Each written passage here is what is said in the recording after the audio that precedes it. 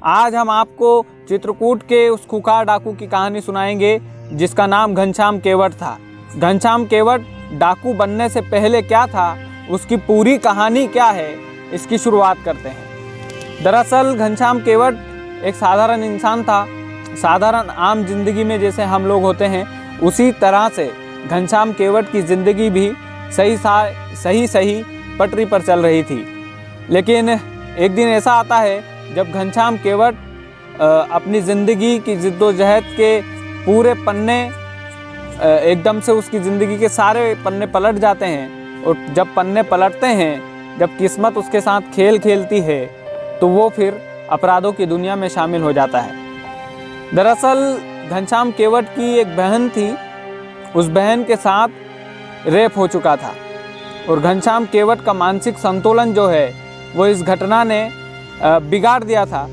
क्योंकि जब घनश्याम केवट की बहन का रेप होता है, तब ना केवल घनश्याम केवट का मानसिक संतुलन बिगड़ता है, वो मानसिक संतुलन इसलिए बिगड़ता है क्योंकि वो हमारे भारतीय सरकार के दफ्तर जाता है, पुलिस स्टेशन जाता है, अधिकारियों से गुहार लगाता है, लेकिन उसकी बहन को न्याय नहीं मिलता है। कानून की प्रक्रिया में न्याय की कोई जगह नहीं मिलती है। इसलिए घनश्याम केवट फिर दूसरा दरवाज़ा खटखटाता है। वो दरवाज़ा था डाकुओं का दरवाज़ा। बलखड़िया, ठोकियाँ जैसे बुंदेलखंड के खुखार डाकू, इनकी गैंग में घनश्याम केवट चला जाता है। ठोकिया, बलखड़िया, बबली कोल जैसे डाकुओं के साथ घनश्याम केवट का उठना बैठना होता है।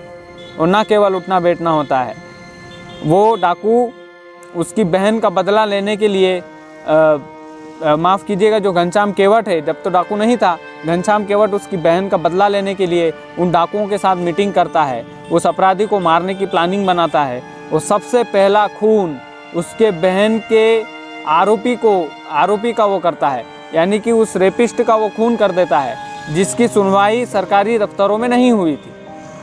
अब आगे की कहानी और मज़ेदार है। घनश्याम केवट मारा कैसे गया?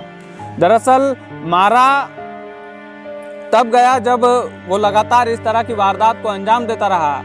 लगातार जो बड़े डाकू थे, घनश्याम केवट का इस्तेमाल अपने हाथों के रूप में करते थे, कंधों के रूप में करते थे, और घनश्याम केवट से वो गंदे काम करवाते थे।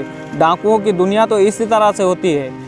बड़े बड़े डाकू छोटे नए लड़कों को मौका देते हैं, आम आदमी को मौका देते हैं। और घनश्याम केवट अपराध करते करते इतना खूंखार डाकू बन गया था कि पुलिस उसकी तलाश में जुट जाती है। पुलिस एक टीम गठित कर लेती है और घनश्याम केवट की तलाश में पूरी की पूरी पुलिस टीम जुट जाती है। एक दिन पुलिस को सूचना ये मिलती है कि घनश्याम केवट चित्रकूट के इस गांव में ठहरा हुआ है। और घनश्याम केवट तक भी ये बात पहुंच जाती है कि पुलिस को सूचना मेरे बारे में लग चुकी है कि मैं इस गांव में ठहरा हुआ हूं। लेकिन घनश्याम केवट बड़ा चालाक था, इसलिए वो पहाड़ी के ऊपर, यानी कि उस गांव के सबसे ऊंचे वाले घर में, पक्की हवेली में वो चला जाता है और वहां से पुलिस की निगरानी करता है। सन 2004 की ये बात रही होगी। सन 2004 में वो पुलिस की लगातार निगरानी करता है और देखता है कि पुलिस कहीं आ तो नहीं रही है। एक दिन ये आता है कि पुलिस फोर्स उस घर को घेर लेती है, उस गांव को घेर लेती है, और घनश्याम केवट लगातार पुलिस वालों पर फायरिंग करना शुरू कर देता है। लगभग 52 घंटे तक फायरिंग होती है, यानी कि 2 दिन से ज़्यादा 52 घंटे तक लगभग फायरिंग होती है। उस फायरिंग के दौरान भी घनश्याम केवट नहीं मारा जाता है। तो पुलिस वालों को एक सुझाव आता है कि इस घर को आग लगा देनी चाहिए।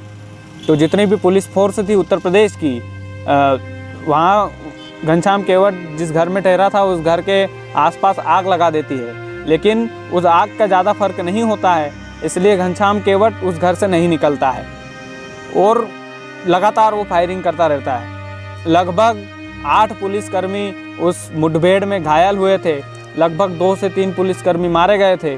इसमें से कुछ बड़े अधिकारी भी थे, डीएसपी, एसपी टाइप के बड़े अधिकारी भी थे, जिनको घनश्याम केवट मौत के घाट उतार देता है, जिनको वो घायल कर देता है। लेकिन इसी दौरान पुलिस को ये बात समझ आ जाती है कि ये डाकू इस तरह से बाज नहीं आएगा, इसलिए वो अन्य जगहों से पुलिस फोर्स और बुलाती है और काफ़ी तादाद में उस घर के आसपास फोर्स तैनात कर दी जाती है, और जो आग थी उस आग को और बढ़ावा दिया जाता है पुलिस के द्वारा।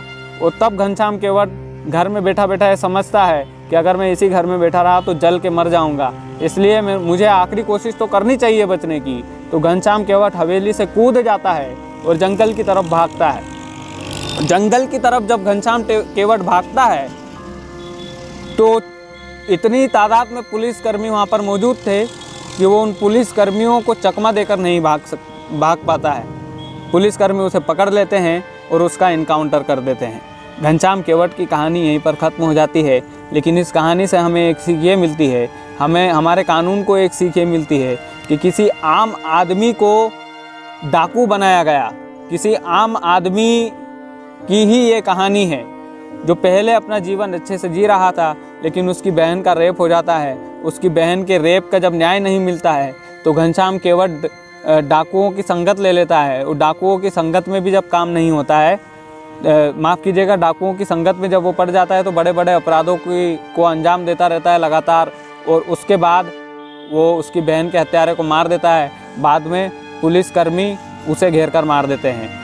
तो हमारे कानून को ये ज़रूरत है कि हमारी कानून व्यवस्था और बेहतर हो। लड़कियों के लिए कई सारे कानून अब तो बन चुके हैं, लेकिन सन 2004 में शायद नहीं बने हों, इसलिए रिपोर्ट शायद नहीं लिखी गई हो, इसलिए एक आम आदमी डाकू बन गया और उसकी ज़िंदगी हमेशा हमेशा के लिए ख़त्म हो गई। अगले किस्से में हम अगले अपराधी की कहानी सुनाएंगे। इस एपिसोड को भी बहुत बहुत प्यार दीजिएगा। बहुत बहुत धन्यवाद।